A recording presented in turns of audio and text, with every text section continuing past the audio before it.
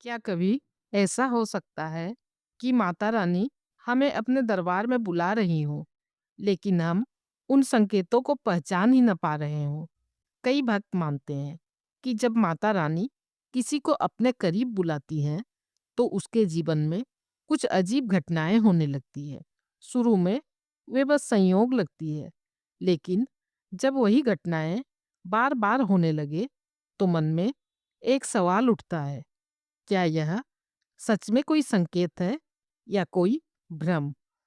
आज हम जानेंगे वे 8 संकेत जिन्हें कई भक्त माता रानी के बुलावे का इशारा मानते हैं।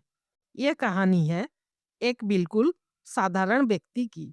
वह अपने काम और जिम्मेदारियों में इतना व्यस्त था कि भक्ति के लिए उसके पास समय ही न था। मंदिर जाना, भजन सुनना या प्रार्थना करना, ये सब उसकी जिंदगी का हिस्सा नहीं थे। लेकिन धीरे धीरे उसके जीवन में कुछ ऐसी घटनाएं होने लगी जिन्हें वह समझ नहीं पा रहा था। पहले उसने उन्हें बस संयोग समझा, लेकिन जब वही बातें बार बार होने लगी तो उसे महसूस हुआ शायद इन सब के पीछे कोई गहरा आध्यात्मिक संकेत छिपा है। पहला संकेत, कई भक्तों ने यह बताया है कि अचानक मन माता रानी की ओर खींचने लगता है। जहाँ पहले मंदिर जाना सिर्फ एक औपचारिकता था, अब बिना किसी कारण मन वहाँ जाने को करने लगता है। कभी मंदिर की घंटियों की आवाज मन को रोक लेती है, कभी देवी भजन सुनने की इच्छा होने लगती है। भक्ति परंपराओं में कहा जाता है, जब मन अपने आप ईश्वर की ओर मुड़ने लगे तो यह सिर्फ संयोग नहीं होता। दूसरा संकेत है माता से जुड़े प्रतीक बार बार दिखाई देना। कभी अचानक मन में माता का स्मरण आता है, तभी अचानक रास्ते में माता रानी का मंदिर दिख जाता है। कभी कहीं से देवी भजन सुनाई देने लगता है, या अचानक माता की तस्वीरें बार बार नजर आने लगती है। कई भक्त मानते हैं कि ऐसे अनुभव एक तरह का दिव्य स्मरण होता है। तीसरा संकेत, कुछ लोगों ने सपनों में अनुभव किया है।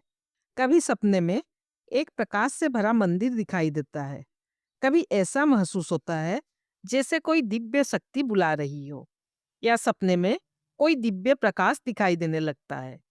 धार्मिक परंपराओं में सपनों को कई बार आध्यात्मिक प्रेरणा का माध्यम माना गया है। हालांकि हर सपना कोई संकेत नहीं होता, लेकिन जब ऐसे सपने बार बार आने लगे तो कई लोग इसे विशेष अनुभव मानते हैं। लेकिन यहाँ एक बात समझना बहुत जरूरी है, हर घटना दिव्य संकेत नहीं होती। संत और आचार्य कहते हैं, सच्चे आध्यात्मिक संकेत कभी डर या भ्रम पैदा नहीं करते। वे हमें अंदर से शांत बनाते हैं और भक्ति की ओर ले जाते हैं। अब बात करते हैं उस संकेत की जिसे कई भक्त सबसे गहरा अनुभव मानते हैं, जो इस वीडियो की चौथी संकेत है। जब जीवन में कठिन समय आता है और लगता है कि कोई रास्ता नहीं बचा, तभी अचानक कोई मदद के लिए सामने आ जाता है। कभी कोई सही सलाह मिल जाती है, कभी समस्या का समाधान अचानक मिल जाता है। कई भक्त मानते हैं कि ऐसे समय में माता रानी अपने भक्तों की रक्षा करती हैं। पांचवा संकेत है मन का धीरे धीरे भीड़ और शोर से दूर होना, एकांत में बैठने की इच्छा होना और कुछ समय के लिए मन का बिल्कुल शांत हो जाना। ऐसा लगता है जैसे मन अंदर की ओर मुड़ रहा है। भक्ति में इसे आत्मचिंतन की शुरुआत कहा गया है। छठी संकेत, कई लोगों ने यह भी बताया है कि माता रानी का नाम बार बार सुनाई देने लगता है। कभी रास्ते में भजन, कभी किसी के मोबाइल में देवी गीत, कभी अचानक आरती की आवाज। जब ऐसा लगातार होने लगे तो कई भक्त इसे एक आध्यात्मिक याद दिलाने वाला संकेत मानते हैं। सातवां संकेत है मंदिर या तीर्थ जाने की तीव्र इच्छा।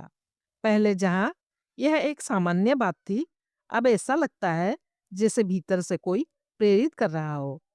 कभी माता के दरबार जाने का विचार आता है, कभी विशेष पूजा करने का मन करता है। भक्ति में इसे आत्मा का ईश्वर की ओर खिंचाव कहा गया है। आठवां संकेत कई भक्तों ने गहरा अनुभव किया है। जब वे माता रानी का नाम लेते हैं तो मन अचानक भावुक हो जाता है। कभी प्रार्थना करते समय आंखें नम हो जाती है। कोई दुख नहीं होता, आंखों से अनायास ही आंसू बहते हैं, लेकिन मन में एक गहरी श्रद्धा महसूस होती है। संतों के अनुसार यह भक्ति के गहराने का संकेत होता है। लेकिन याद रखिए, हर व्यक्ति का अनुभव अलग होता है। संकेतों से ज्यादा महत्वपूर्ण है हमारा सच्चा विश्वास और हमारी भक्ति। अगर कभी ऐसा लगे कि मन भगवान की ओर खींच रहा है, तो शायद यह एक निमंत्रण है कि हम अपने जीवन में थोड़ा समय प्रार्थना और आत्मचिंतन के लिए निकालें। क्योंकि भक्ति में कहा गया है, जब भक्त एक कदम माता की ओर बढ़ाता है, तो माता रानी 100 कदम उसकी ओर बढ़ाती है।